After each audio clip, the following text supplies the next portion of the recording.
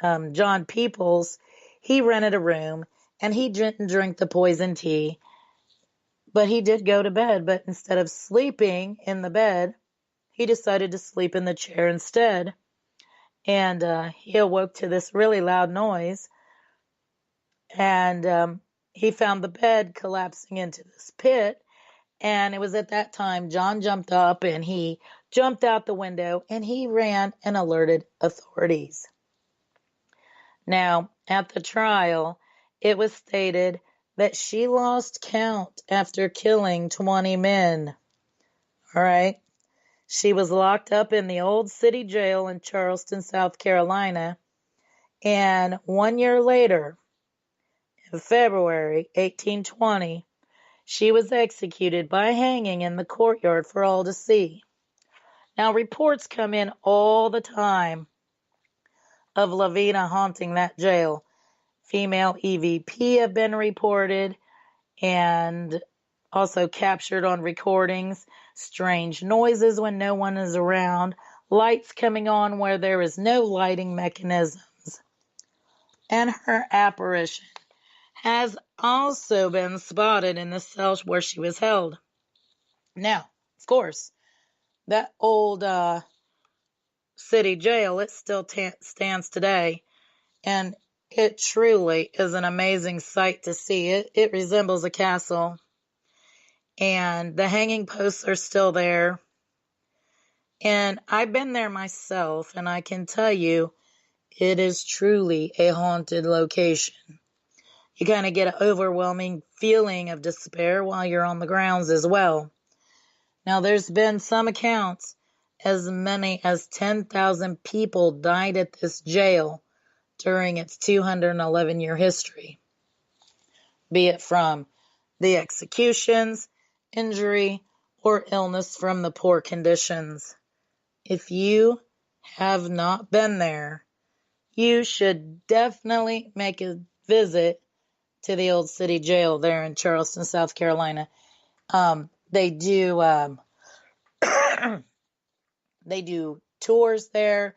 You can also rent the place out for private investigations, and the people are so friendly and knowledgeable. And I was there and captured some amazing evidence 2 or 3 years ago. So it's definitely worth a visit. Now, this next lady, she is named Nanny Doss.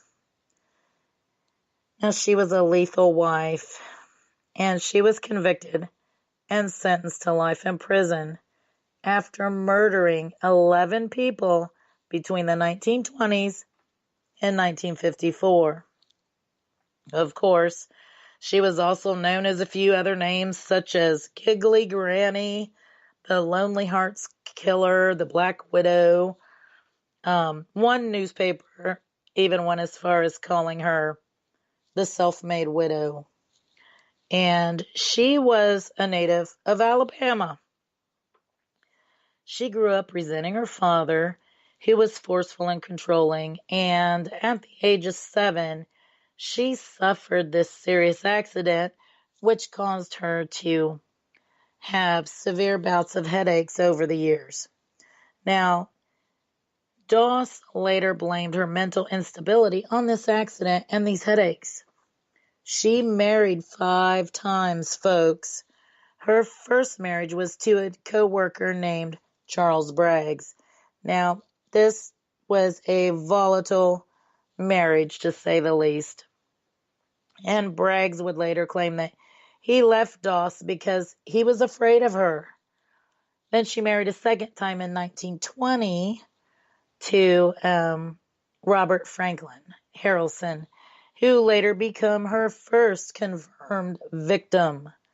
She went on to kill 3 of her other husbands, and she also killed her mother-in-law, her own mother, her sister, her grandson, and 2 of her own children. Can you believe that? She was apprehended in October 1954 for the murder of her husband, her last husband. And while she initially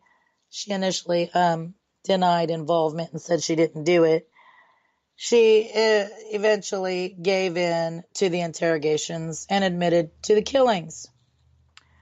And with that, we will be right back after this short break, and we'll talk about the hauntings.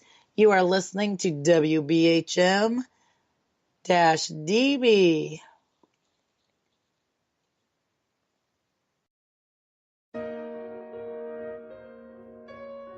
You are listening to WBHM Digital Broadcasting. The best in paranormal talk radio.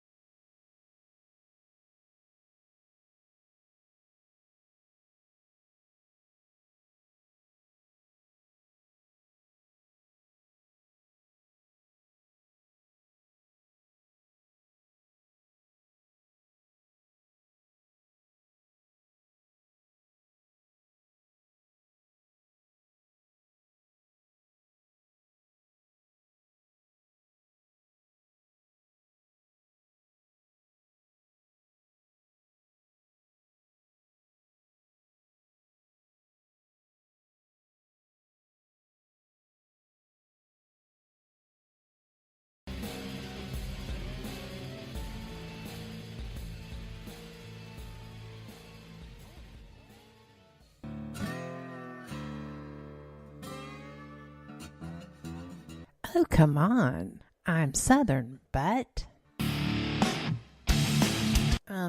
Nope. That'll do. Hello.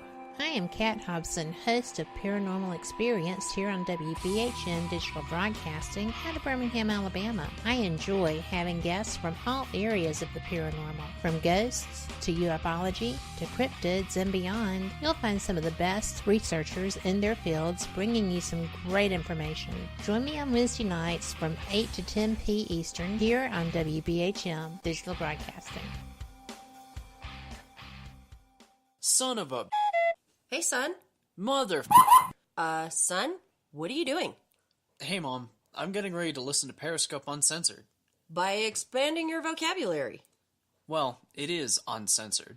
Son, the uncensored part of Periscope Uncensored is Jax and I getting down to brass tacks with all aspects of the paranormal.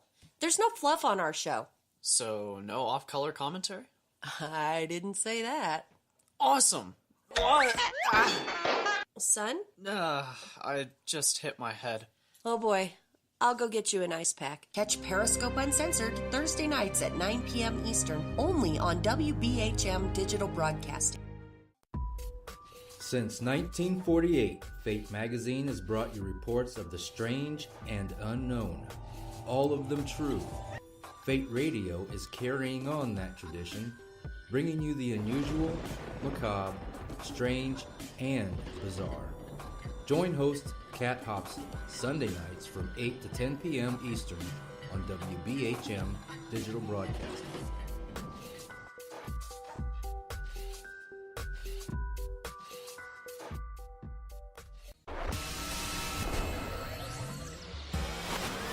You are listening to WBHM Digital Broadcasting, Birmingham, Alabama.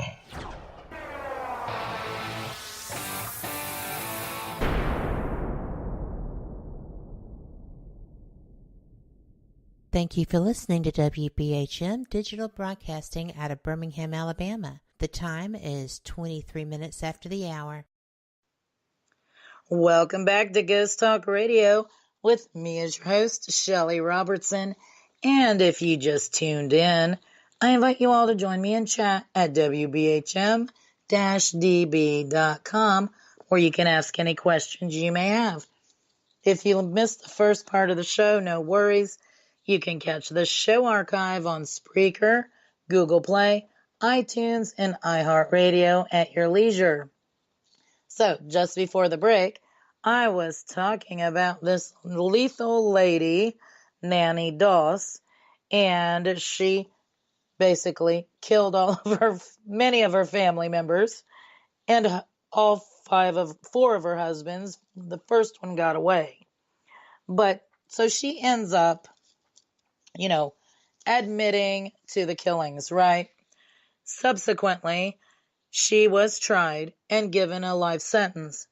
Now, in 1965, Doss died of leukemia in the hospital ward of the Oklahoma State Penitentiary.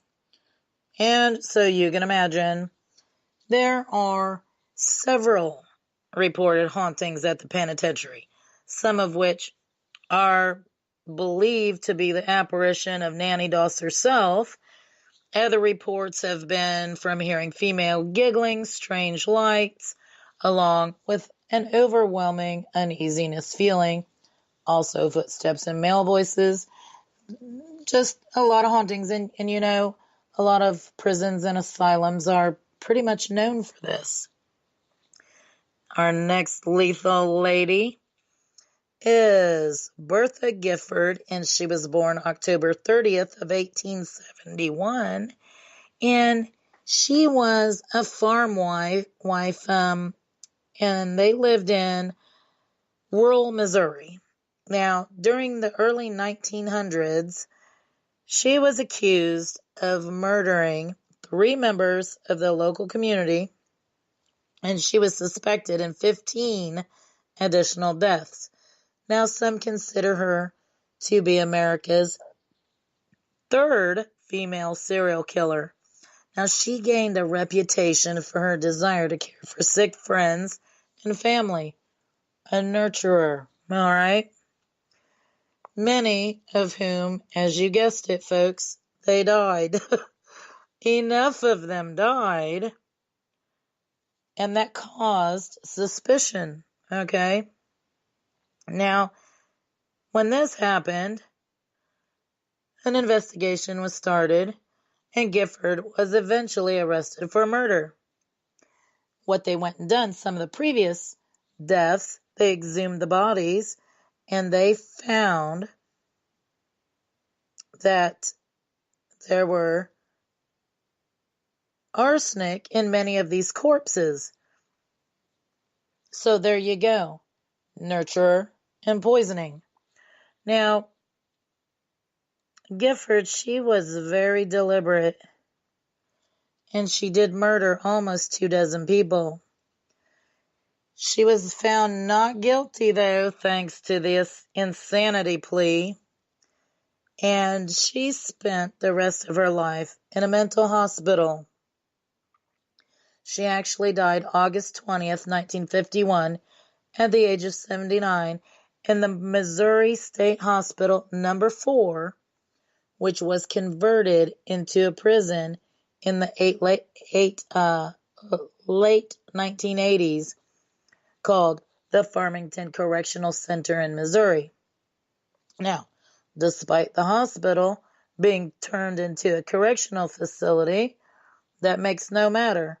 There have been reports of hauntings, which, of course, may be connected to Bertha, as well as other possible mental patients. The sounds of walking and strange noises have been reported, as well as disembodied female and male voices, too. And occasionally, there's reports of cries and screams from other areas, different areas within the prison. Now, of course, there's also been sightings of apparitions, and some believe could be of the serial killer, Bertha Gifford. Now, this next lady I'm going to talk about is none other than Amelia Dyer. And she was born in 1837, and she was one of